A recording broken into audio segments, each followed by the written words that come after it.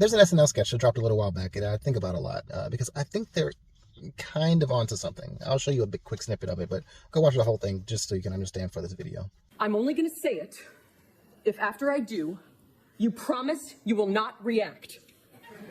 No talking, no faces, no nothing. I don't think this is hard-hitting comedy, but it is kind of chuckle-worthy because in their mind, the average person is probably wondering, how could somebody come around at this point in history and finally start thinking, I might have been taken for a ride, right? How can somebody look at all of this violence and hatred against immigrants, blatant corruption, dog shit economic policy, absolute moral depravity with regard to this love for Epstein, and just the nationalistic bravado of white supremacy, and suddenly be like, well, gas prices are kind of high right now.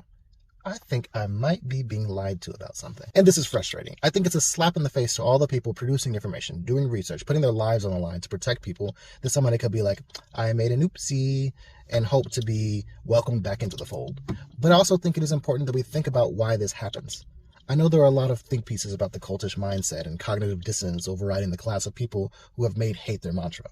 But I want us to think beyond that, because this whole premise presupposes that these kind of people are an other. These kind of people are wildly different from any of the rest of the people on this planet.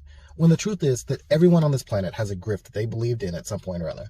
And I have another thing for people to mull over in their minds or in the comments. How online are you actually? Are you on 5 different social media sites, 12 news subscriptions, 50 forums, and 6 streaming devices? Do you look at your phone to check Reddit once a day? Do you host a social media channel and doom scroll to have content to talk about? Now think even further than that. What do you think about the landscape of the internet? Like, what do you think it's like? How big and varied can you imagine it to actually be?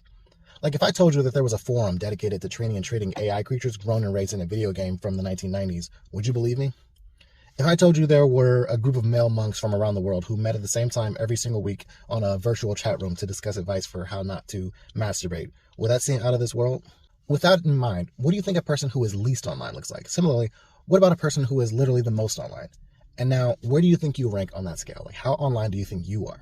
And do you ever think about yourself as having a leg up on the people who are or are not online more or less than you?